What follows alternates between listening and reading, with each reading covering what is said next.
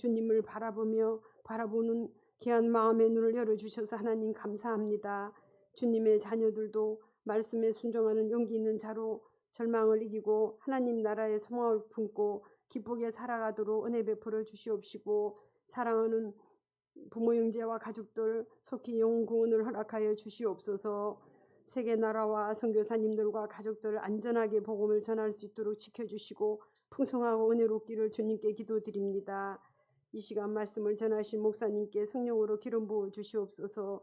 감사드리며 예수님 이름으로 기도드렸습니다. 아멘.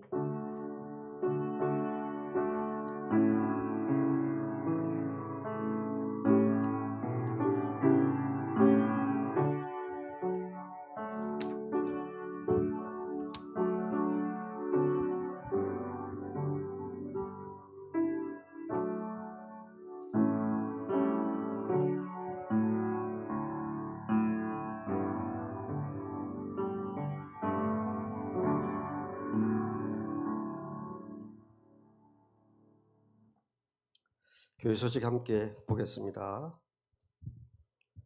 금년의 말씀 우리 한 목소리로 합독하도록 하겠습니다. 사랑하는 자여, 내 영혼이 잘됨 같이 내가 범사에 잘되고 강건하기를 내가 간구하노라. 아멘. 잠빛교회 사역 목표: 하나님을 기쁘시게 하는 예배, 하나 되는 성도의 교제, 예수님을 닮아가는 훈련, 열매 맺는 사역, 열정적인 전도. 아멘. 25년 우리 구호 함께 외치도록 하겠습니다.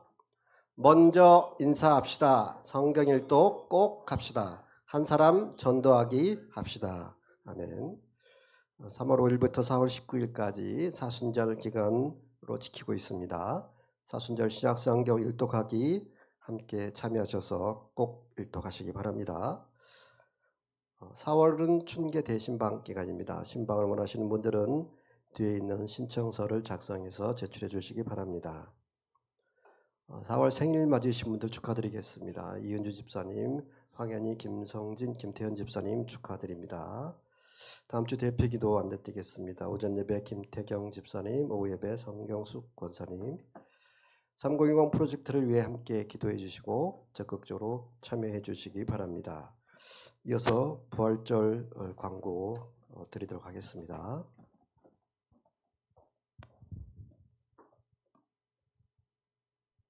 예, 25년도 부활절 광고 드리도록 하겠습니다. 성경일독 사순절 기간 동안에 모두 하셔서 성경일독표를 꼭 제출해 주시기 바랍니다. 첫 번째는 저희가 뭐 늘상 하는 거지만 이제 잘 안 지켜주는 것이 미디어 금식입니다. 우선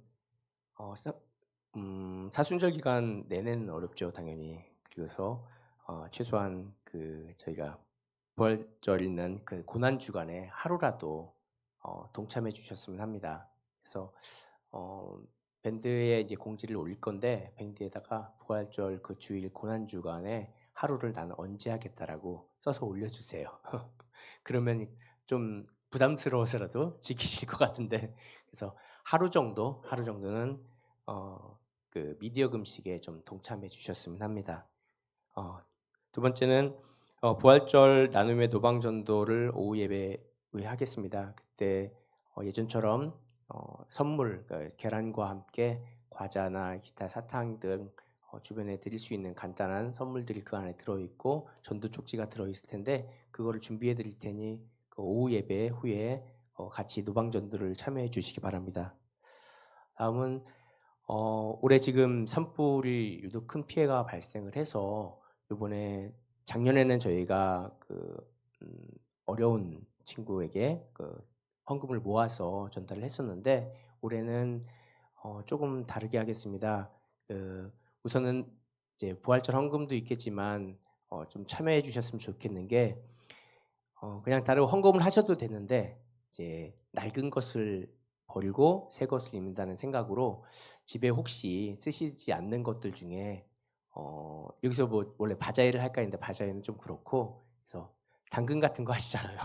그래서 그런 거를 한 개라도 이렇게 하시거나 이렇게 하셔서 조금 돈을 마련하시면 그걸로 헌금을 하도록 하겠습니다. 그래서 그 돈을 모아서 이번에는 그 산불 피해 쪽에 전달하는 게 어떤가 합니다.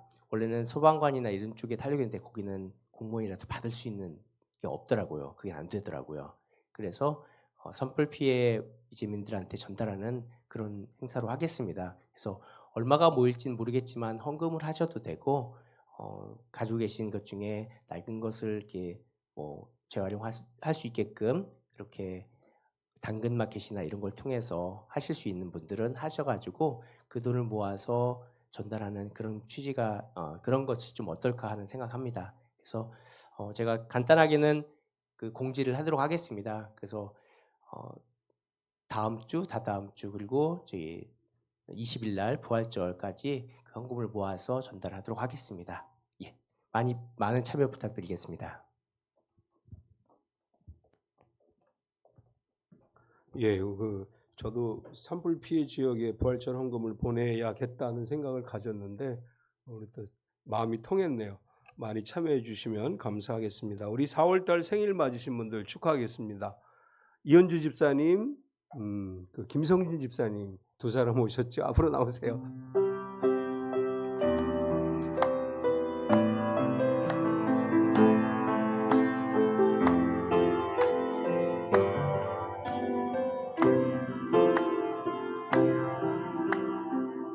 아주 먼 옛날 하늘에서는 당신을 향한 계획이 있었죠. 하나님께서 바라보시고 좋았더라고 말씀하셨네. 이 세상 그 무엇보다 귀하게 나의 손으로 창조하였노라. 내가 너로 인하여 기뻐하노라. 내가 너를 사랑하노라. 사랑해요. 축복해요. 사랑해요.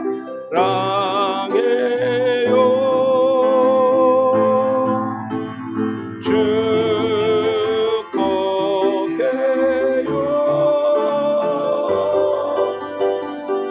당신의 마음에 우리의 사랑을 드려요.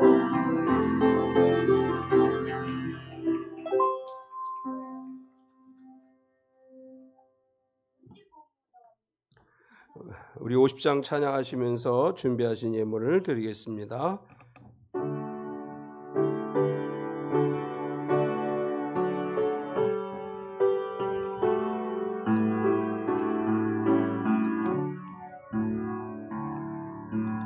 내게 있는 모든 것을 아낌없이 드리네. 사랑하고 의지하며 주만 따라 살리라.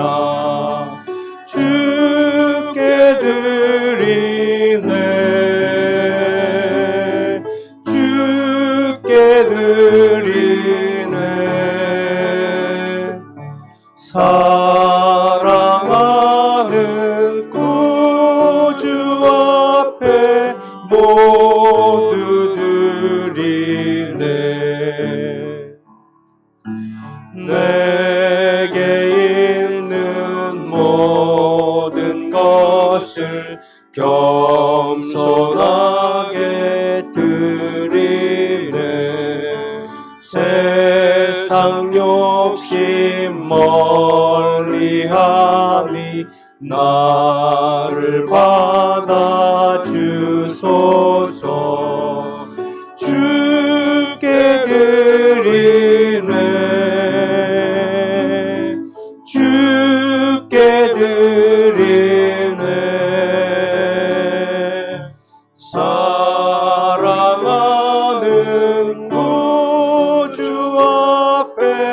모두 드리네. 내게 있는 모든 것을 주를 위해 드리네. 주의 성령 충만하게 내게 내려주소서. 주께 드리네. 주께 드리네. 사랑하는 구주 앞에 모두 드리네.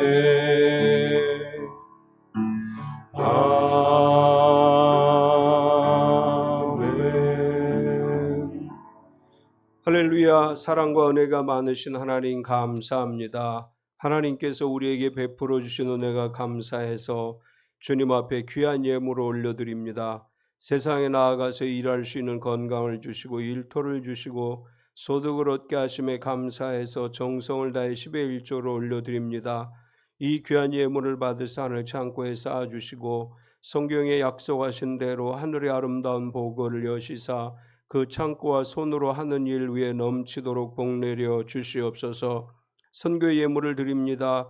우리가 드린 예물로 10가정의 선교사가 파송되고 후원되게 하시며 일에 참여하는 성도마다 넘치는 하늘의 복을 받아서 한 가정이 한 선교사를 파송하고 남을 만큼 풍성한 복을 누리게 하여 주시옵소서. 건축원금을 드립니다. 우리가 드린 예물로 아름다운 찬빛교회가 건축되게 하시되 우리의 손으로 세운 이 교회가 주님 오시는 날까지 살아있는 교회가 되게 하시고 이 일에 참여하는 성도마다 들어와도 나가도 복을 받게 하여 주시옵소서. 하나님 앞에 마음을 정하여 일천번제 예물을 드립니다.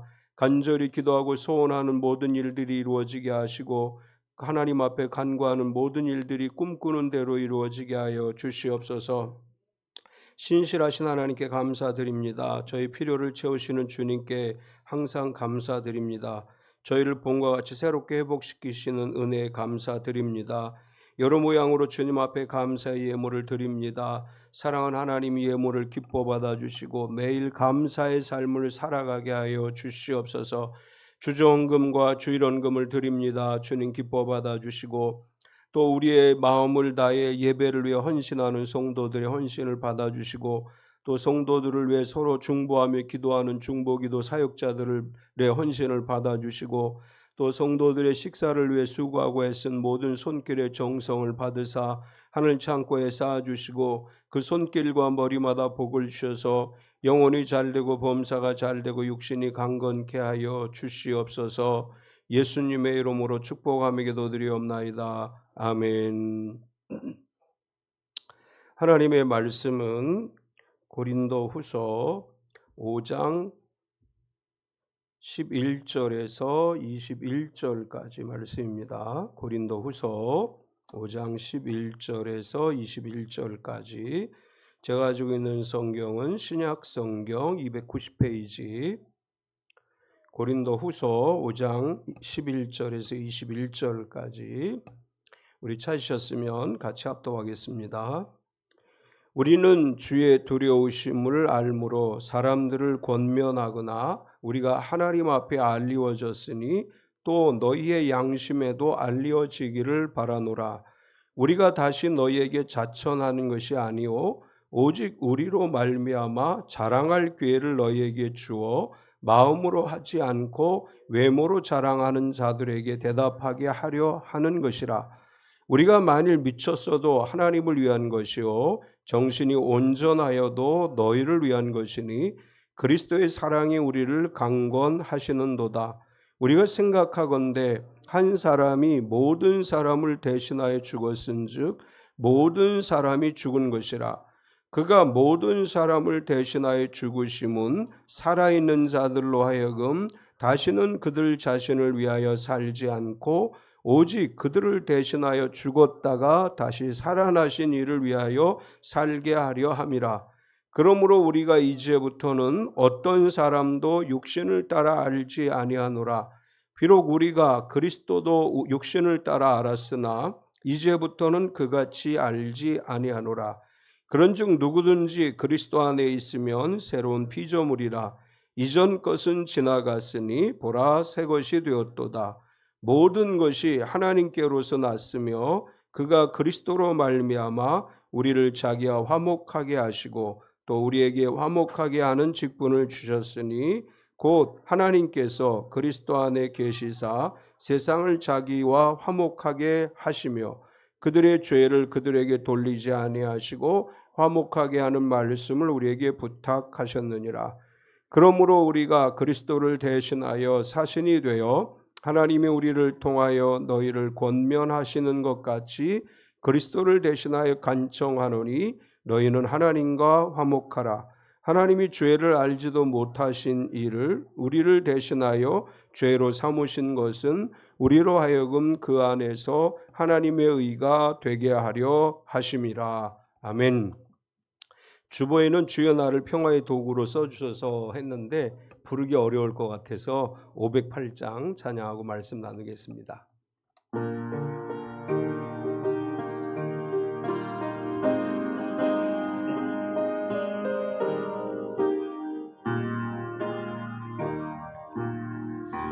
우리가 지금은 나그네 되어도 화려한 천국에 머자 나가리니 이 세상 있을 때 주 예수 위하여 끝까지 힘써 일하세. 주에게 부탁하시니 천사도 흠모하겠네. 화목케 하라신 구주의 말씀을 온 세상 널리 전하세.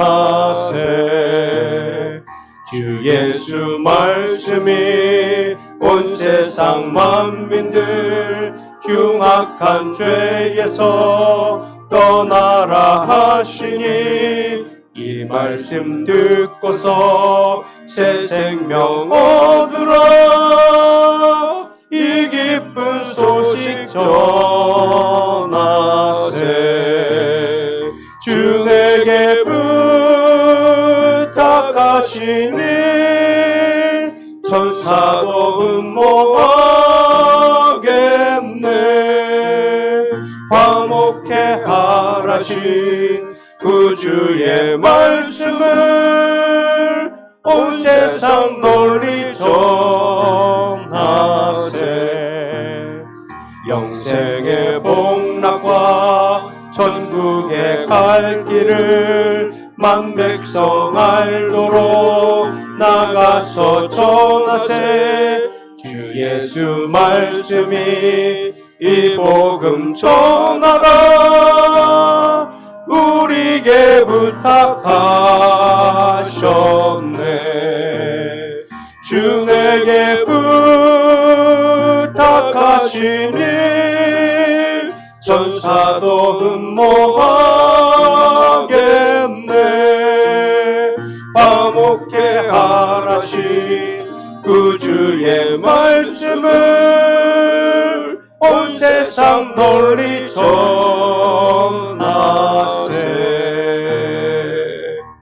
아멘. 우리 서로 환영하겠습니다. 주님의 이름으로 당신을 환영합니다. 앞뒤 옆 사람을 박수로 환영하겠습니다. 주님의 이름으로 환영합니다.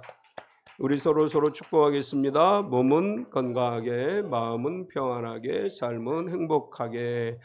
예, 갑자기 추워졌죠. 그렇지만 다시 따뜻해질 겁니다. 이제 4월이 시작되는데 4월 한 달 동안도 주님 은혜 가운데 건강하고 평안하고 행복한 하루하루 되시기를 축원합니다. 아멘. 오늘 주보에 있는 걸 먼저 예수님은 산상수훈에서 이렇게 말씀하셨습니다. 너희는 먼저 그의 나라와 의를 구하라. 그리하면 이 모든 것을 너희에게 더하시리라. 신앙은 먼저에 대한 싸움입니다. 무엇을 먼저 생각하고 무엇을 먼저 말하며 무엇을 먼저 선택하는지가 곧 우리의 믿음을 드러냅니다.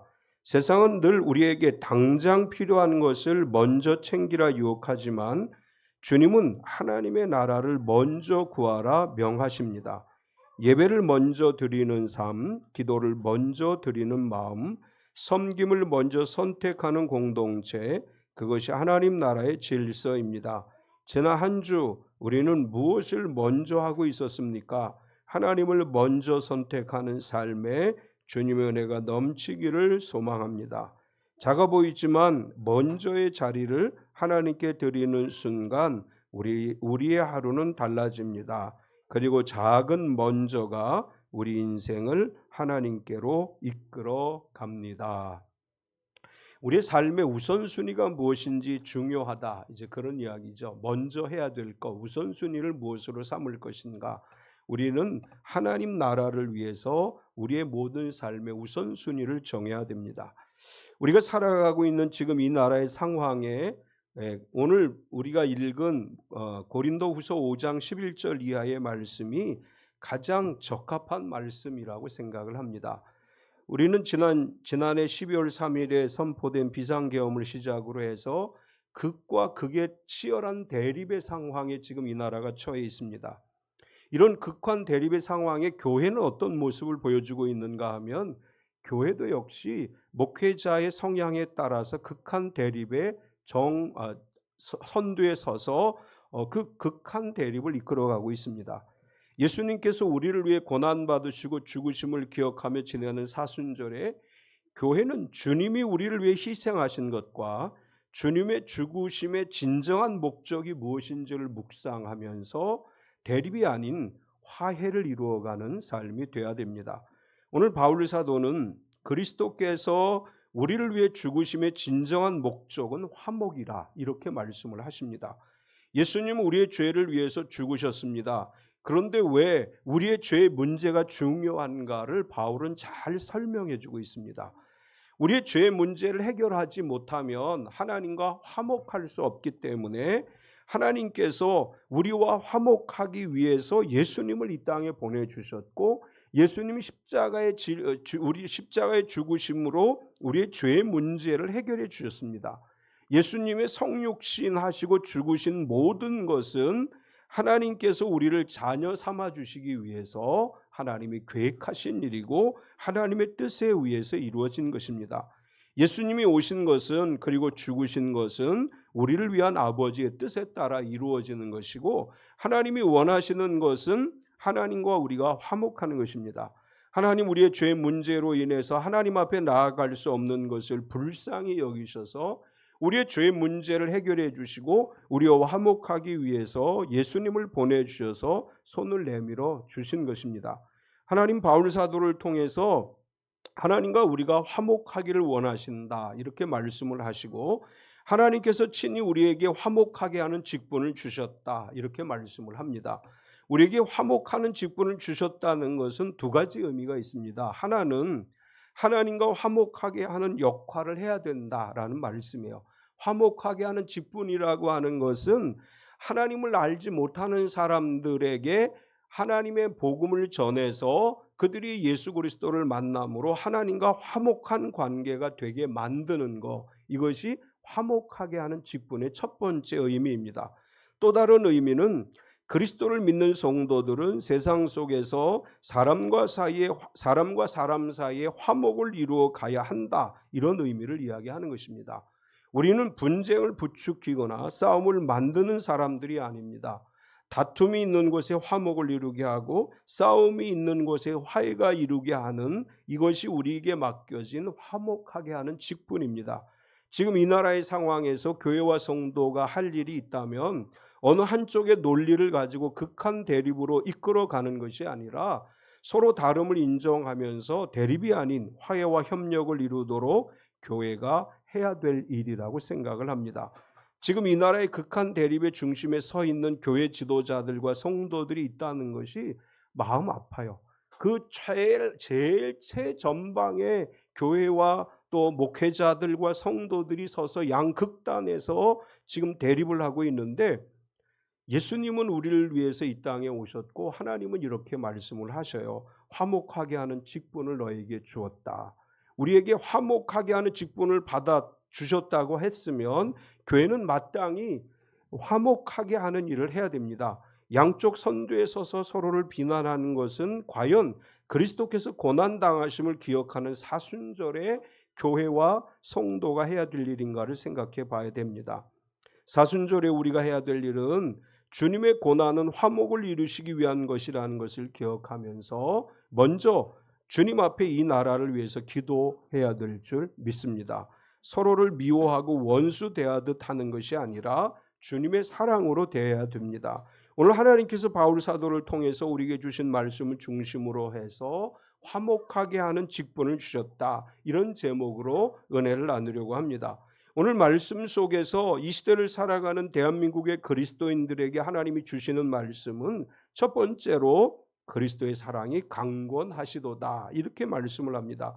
우리가 항상 기억해야 될 것은 우리가 지금 이곳에서 성도로 예배드릴 수 있는 것은 하나님의 사랑으로 인한 것입니다. 하나님은 허물 많고 죄 많은 우리들을 불쌍히 여기시고 사랑하셔서 독생자 예수님을 보내주셨고 그 사랑으로 오늘 이곳에서 우리가 예배드릴 수 있게 된 것입니다. 주님이 우리를 위해 받으신 고난을 기억하며 지내는 이 사순절 계절에 바울은 그리스도의 사랑이 우리를 강권하신다라고 전하면서 이 글을 읽는 모든 그리스도인들에게 이런 이야기를 해요. 우리로 말미암아 자랑할 기회를 너에게 주겠다. 이렇게 말합니다. 11절과 12절을 보면 우리는 주의 두려우심을 알므로 사람들을 권면하거나 우리가 하나님 앞에 알리워졌으니 또 너희의 양심에도 알려지기를 바라노라. 우리가 다시 너희에게 자천하는 것이 아니요 오직 우리로 말미암아 자랑할 기회를 너희에게 주어 마음으로 하지 않고 외모로 자랑하는 자들에게 대답하게 하려 하는 것이라. 당시 고린도 교회에는 여러 지도자들을 따르는 파벌이 존재했습니다. 그리고 또 다른 문제는 초대교회에 생긴 이단들이 고린도 교회에 와서 성도들을 유혹하는 상황입니다. 근데 이단들은 이렇게 이야기를 합니다. 나는 예수 그리스도를 만났고 그분에게 배웠고 그분의 영적 능력을 내가 가지고 있다. 나는 대단한 능력의 사람이다. 이렇게 자기 자신을 드러내고 자랑을 합니다. 그런 상황을 알고 있는 바울은 이렇게 얘기합니다. 내가 너희에게 이런 이야기를 하는 것은 내가 그리스도를 위해 얼마나 많은 고난을 당했는지 스스로 나를 자랑하려는 것이 아니다. 여기 자천이라고 하는 말을 썼는데 이 말은 내가 스스로 나를 추천하다 이런 말로서 나는 나를 자랑하지 않는다 이렇게 말합니다. 내가 한 일들은 너희를 와서 유혹하는 이단들이 한 것보다 훨씬 더 많은 일들이지만 나는 그런 것들을 자랑하지 않고 오히려 지금까지 내가 한 모든 일들을 통해서 여러분들이 우리가 행한 이 일들을 통해 자랑하기를 기회를 주기를 원한다. 이렇게 바울은 이야기합니다. 현대교회는 어느 순간부터 그리스도를 자랑하기보다 교회를 자랑하고 목회자를 자랑하는 것으로 전도하는 경향이 있습니다. 며칠 전에 고등학교 동창인데 기장 측에서 목회하는 친구가 전화를 했어요. 전화 거의 안 하는, 서로 연락 안 하고 사는 친구 중에 하나인데 몇 년 전에 우리 주일 예배 한번 왔었어요. 오전 예배. 이 친구가 지금 광명시에서 목회를 하는데 갑자기 전화를 해서 이 친구 또 왜 전화를 했지?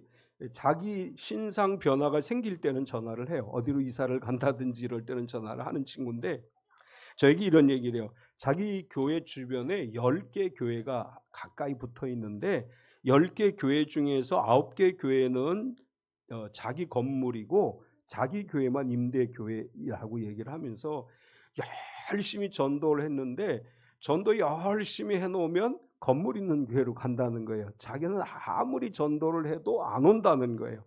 저한테 하소연을 하느라고 전화를 했습니다. 우리가 오늘날 전도하는 방향이 정말 그리스도 중심의 전도를 하고 있는가? 우리가 자랑해야 될 건 사실 교회가 아니라 예수님이에요. 우리가 자랑해야 할 건 예수님의 이름으로 구원을 받는다고 하는 것을 자랑해야 됩니다. 사순절에 주님이 나를 위해 십자가를 지시고 우리의 모든 죄를 사해 주셨음을 자랑합시다. 이것이 우리가 해야 될 자랑이에요. 바울은 그걸 지금 얘기하고 있는 거예요. 내가 얼마나 대단한 사람인지 그거 이야기하고 싶지 않다. 우리를 통해서 그리스도가 어떻게 일하셨는지를 너희에게 자랑하라고 이야기하고 싶다. 이런 이야기를 하면서 그리스도께서 우리를 위해 죽으신 사랑이 우리를 강권하신다고 고백한 바울은 그리스도 한 사람이 죽으신 것은 곧 우리 모두가 죽은 것이라 이렇게 이야기를 합니다. 13절과 14절을 보면 우리가 만일 미쳤어도 하나님을 위한 것이요 정신이 온전하여도 너희를 위한 것이니 그리스도의 사랑이 우리를 강권하시는도다. 우리가 생각하건대 한 사람이 모든 사람을 대신하여 죽었은즉 모든 사람이 죽은 것이라. 바울은 내가 미쳤어도 하나님을 위한 것이다 이런 말을 했는데 우리 성경에 보면 바울이 미쳤다는 얘기를 좀 듣죠. 사도행전 26장 24절을 보면 바울이 이같이 변명하며 베스도가 크게 소리내어 이르되 바울아 내가 미쳤도다. 내 많은 학문이 너를 미치게 한다 하니 바울은 자기 자신을 향해서 사람들이 미쳤다고 하는 이야기를 들으면서도 뭐라고 얘기하느냐 하면 내가 미쳤다면 하나님을 위해 미친 거다. 나는 하나님을 위해 미친 사람처럼 복음을 전했다 이렇게 이야기하고 내가 만약 정신이 온전하다고 너희가 생각을 하면 그것은 너희를 위한 것이다 이렇게 이야기를 해요. 이 말의 의미가 뭐냐 하면 바울은 오직 하나님을 위해 미친 듯이 일했고 그리고 성도들을 위해서 교회를 위해서 나의 삶을 다 바쳤다 이렇게 이야기하는 것입니다. 바울은 이 모든 것이 그리스도의 사랑으로 이루어진 것이고 우리를 위해 인간의 몸을 입고 이 땅에 오신 그리스도께서 베풀어 주신 그 사랑이 나를 강권함으로 오늘도 나는 복음을 위해 사나 죽으나 주님을 위해 살고 있다 이렇게 이야기를 하면서 이런 이야기를 합니다. 그리스도 그분 한 분이 죽으셨지만 사실은 우리 모두가 같이 죽은 것이다.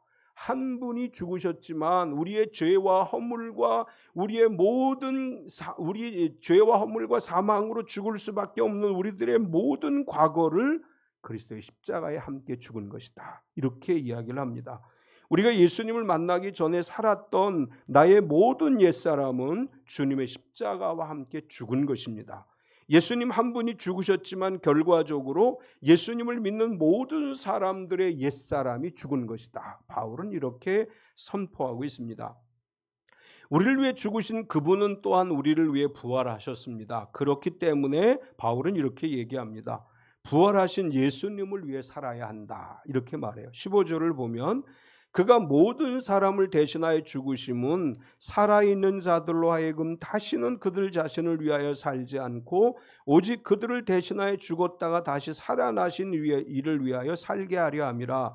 그리스도께서 우리를 위해 죽으셨고 십자가에서 우리의 옛사람 우리의 죄와 허물을 다 함께 십자가에 못 박았는데 이제 그분이 부활하셨고 우리는 부활하신 그분으로 인해서 영생을 얻는 성도가 됐다. 그분은 우리를 위해 모든 것을 내어주시는 사랑을 실천하셨고 우리는 그 사랑에 감사해서 이제는 부활하신 주님을 위해 우리가 살아가야 된다. 이렇게 바울이 우리에게 이야기를 하고 있습니다. 두 번째는 우리는 새로운 피조물입니다. 우리의 삶의 목적은 우리를 위해 부활하신 주님을 드러내는 것이라고 말한 바울은 우리가 이렇게 살아가야 되는 이유는 그리스도를 만나기 전에 나와 그리스도를 만난 다음에 내가 다르기 때문이다. 이렇게 말을 해요. 예수님을 믿음으로 우리는 새로운 피조물이 되었습니다. 주님 안에서 우리가 새로운 피조물, 즉 새롭게 창조된 존재라면 예수님을 만나기 이전의 삶과 예수님을 만난 이후의 삶이 달라져야 한다. 이렇게 말하면서 바울은 이렇게 이야기합니다. 나 육신을 따라 알지 않는다. 이렇게 말을 해요. 16절을 보면 그러므로 우리가 이제부터는 어떤 사람도 육신을 따라 알지 아니하노라. 비록 우리가 그리스도도 육신을 따라 알았으나 이제부터는 그같이 알지 아니하노라. 이게 무슨 말이냐 하면 현대어 성경으로 보면 잘 설명되어 있습니다. 그러므로 세상적인 생각이나 눈에 보이는 것을 가지고 그리스도인을 평가하는 일을 그만두십시오. 나 역시 과거에는 그런 생각으로 그리스도를 단순히 나와 똑같은 인간으로 보았습니다. 그러나 지금은 완전히 달라졌습니다. 우리가 예수님을 알기 전에 우리는 예수님을 어떻게 생각했나요? 예수님을 알기 전에도, 믿기 전에도, 그래, 예수님이 하나님의 아들이신데 그분이 이 땅에 오셔서 나를 위해 십자가를 짊어지고 죽으셨고 그분이 죽은 건 나의 죄 때문이야, 이렇게 생각하셨나요? 아무도 그렇게 생각 안 했어요. 예수님을 믿기 이전에, 성경 말씀을 듣기 이전에 우리는 그냥 예수님은 4대 성인 가운데 한 사람이라고 생각을 했어요. 그냥 우리와 같은 인간이라고 생각을 했어요. 바울도 자신의 지식을 가지고, 바울이 나름대로 지식과 학문을 가지고 있는 사람인데 그가 예수님을 만나기 전에 예수님에 대해 어떻게 평가했느냐? 그냥 이단이라고 생각한 거예요. 그냥 하나님의 뜻을 거스리는, 하나님이 원하지 않는 일을 행한 사람이라고 생각을 했어요. 그래서 그리스도도 역시 나와 똑같은 인간이라고 생각을 했다는 것입니다. 현대 지식인들은 그리스도에 대해서 자신이 가지고 있는 지식을 가지고, 철학적 사고를 가지고 예수님을 평가하려고 해요. 바울도 예수님 만나기 전에 똑같이 그렇게 예수님을 평가하려고 했는데 예수님을 만나고 나서 보니까 그분은 하나님의 아들이셨어요. 그분은 우리의 죄를 위해서 이 땅에 오셨어요. 그분은 우리에게 영생을 주시기 위해 부활하셨습니다. 우리가 세상의 눈으로 주님을 보는 것이 아니고 우리를 위해 죽으시고 부활하신 하나님의 아들이시고 우리의 구세주이신 예수님을 바라볼 수 있어야 한다. 바울은 이렇게 이야기합니다. 육신의 눈으로 우리의 믿음을 보는 것이 아니라 우리 안에 있는 영의 눈으로 믿음을 갖고 예수님을 바라보고 우리의 신앙을 바라볼 수 있어야 된다. 계속해서 누구든지 그리스도 안에 있으면 새로운 피조물이라고 이야기합니다. 우리가 잘 아는 말씀이죠. 17절에 그런즉 누구든지 그리스도 안에 있으면 새로운 피조물이라 이전 것은 지나갔으니 보라 새 것이 되었도다. 우리가 그리스도 안에 있으면 예수님을 나의 구세주라고 믿고 고백하는 순간 나는 새로운 피조물이 됐다라는 것입니다. 우리가 예수님을 믿기 이전이나 믿음을 고백한 후에도 나는 변한 것이 없다라고 생각할 수 있어요. 여러분, 예수님을 구세주로 영접하는 순간 어떤 신체적 변화가 일어났나요? 예수님을 구세주로 고백하는 순간 나에게 어떤 굉장한 변화가 일어났나요? 변화가 일어나지 않았어요. 똑같은 몸이에요. 그래서 사람들이 이렇게 생각할 수 있습니다. 아니 뭐 예수님 믿었다고 해서 나 변화된 거 아무것도 없는데 나는 그냥 나인데 라고 생각할 수 있어요. 그런데 바울은 이렇게 이야기를 해요. 예수님을 믿기 이전에 나는 예수님의 십자가와 함께 죽었어. 그리고 예수님을 믿는 순간 나는 새롭게 태어났어. 다시 창조되었어. 어떤 사람으로? 죄인이었던 내가 의롭다고 인정을 받은 사람으로 태어난 거예요. 우리 예수님께서 니고데모에게 이렇게 이야기하죠. 거듭나야 한다. 이렇게 말을 했어요. 거듭난다는 말은 다시 태어나야 된다고 하는 말이에요. 우리는 그리스도 안에 다시 태어났습니다. 바울은 우리가 새로운 피조물로 창조되었다고 이야기를 해요.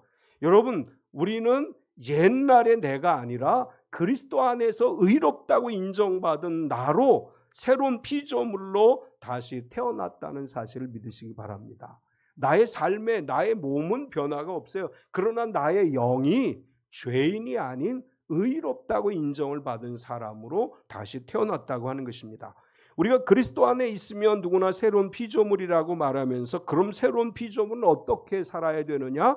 이전 것은 지나가고 새 것이 되는 것이다. 이렇게 말씀을 해요. 17절을 다시 끝 부분을 보면 이전 것은 지나갔으니 보라 새 것이 되었도다.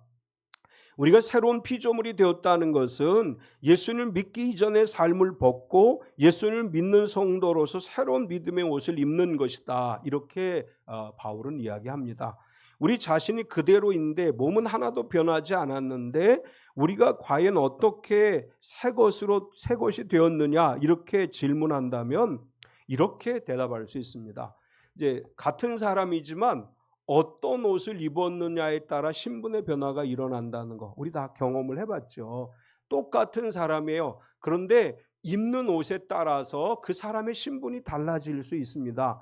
바울은 이와 같은 이야기를 하는 거예요. 우리가 똑같은 나이지만 옛사람은 다 벗어버린 거예요. 옛사람의 구습의 낡은 옷은 다 벗어버리고 그리스도 안에 새로운 피조물이 되었다고 하는 성도의 옷을 입었어요. 그래서 우리는 하나님 나라의 시민이고 거룩한 성도가 된 것입니다.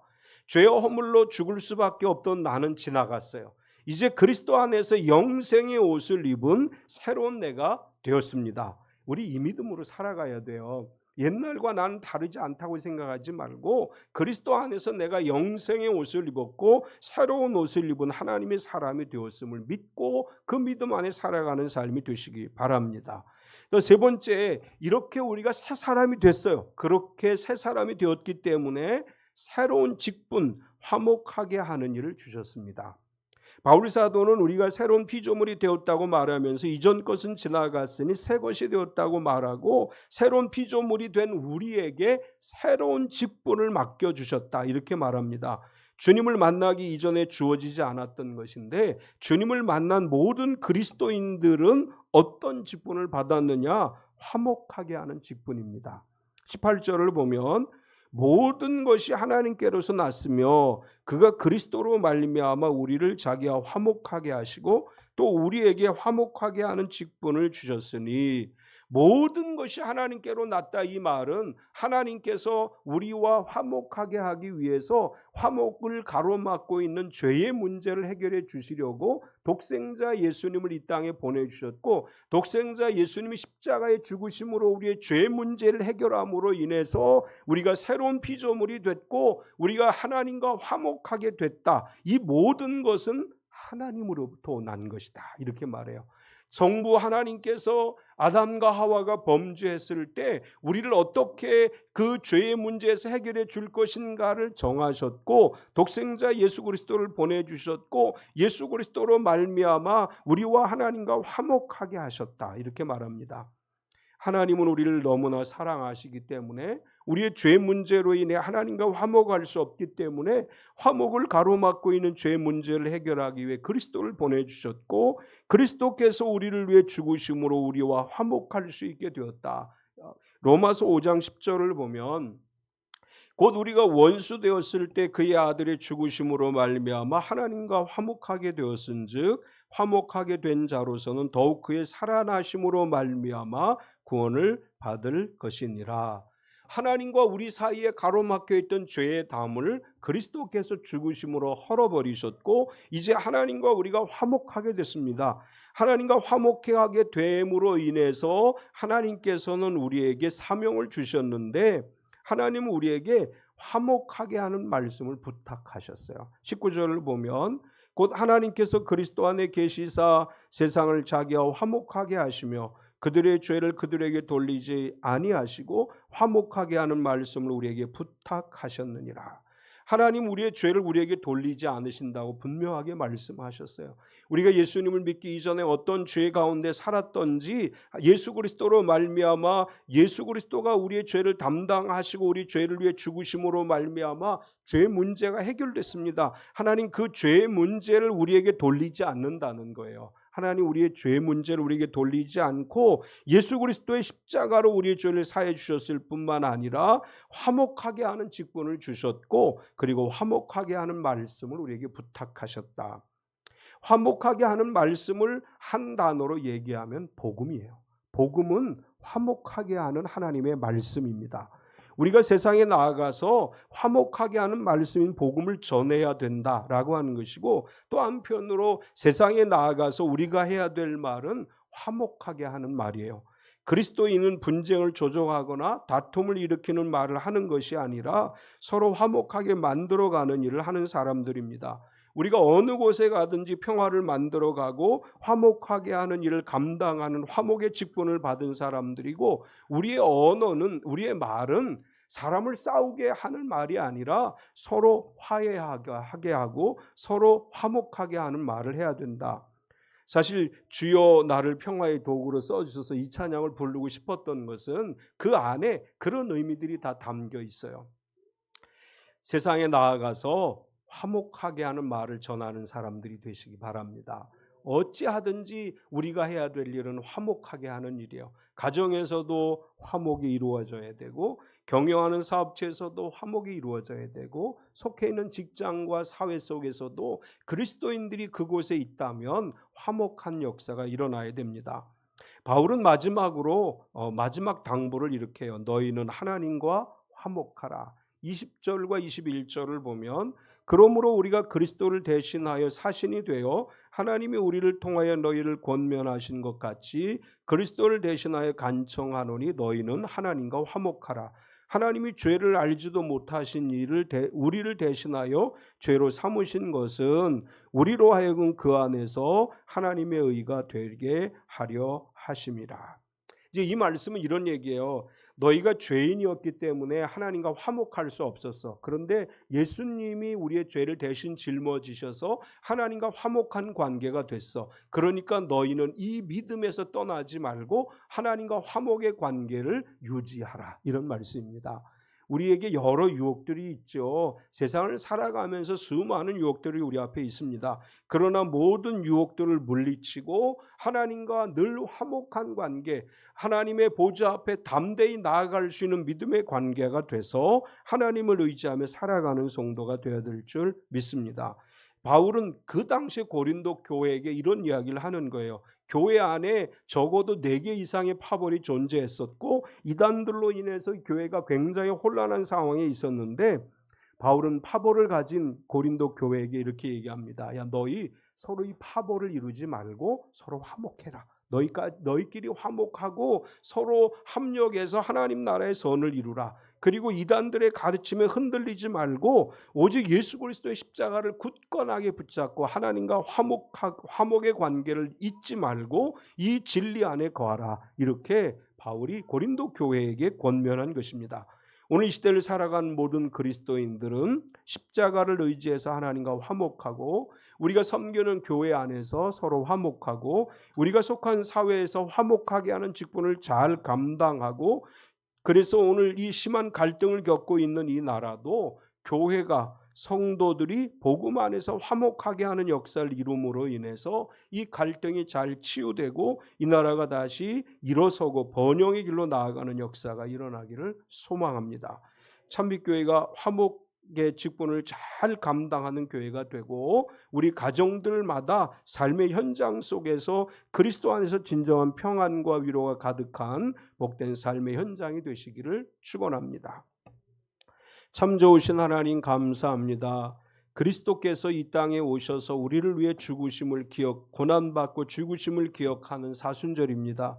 주님의 고난을 생각하며 우리의 삶에 그리스도의 남은 고난을 채우는 믿음으로 살아가게 하시고 또한 우리가 어느 곳에 있든지 화목하게 하는 직분을 잘 감당하고 우리가 화목의 말씀을 세상 가운데 전해서 많은 사람들이 하나님께로 돌아오고 또한 다툼이 있고 싸움이 있고 분쟁이 있는 곳에 화목을 이루는 그리스도인이 되게 하여 주시옵소서. 우리의 가정이 화목하고 우리의 삶의 현장이 화목하고 우리의 발걸음 닿는 모든 곳에 그리스도의 평화가 임하게 하여 주시옵소서. 예수님의 이름으로 기도드리옵나이다. 아멘. 우리 다 일어서서 시편 20편 5절 2번 부르시겠습니다.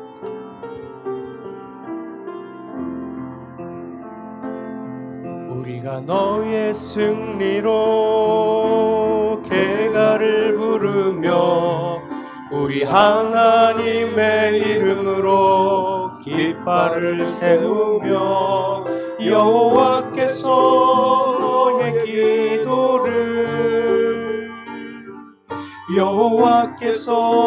너의 기도를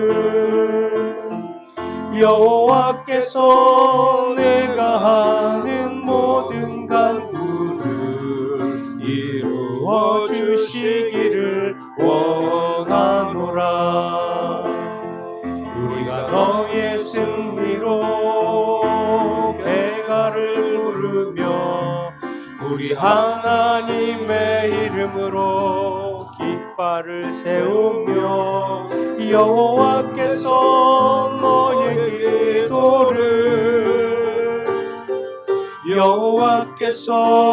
너의 기도를 여호와께서 내가 하는 모든 간구를 이루어 주시기를 원하노라. 아멘. 황정복 장로님 나오셔서 표제창하시겠습니다.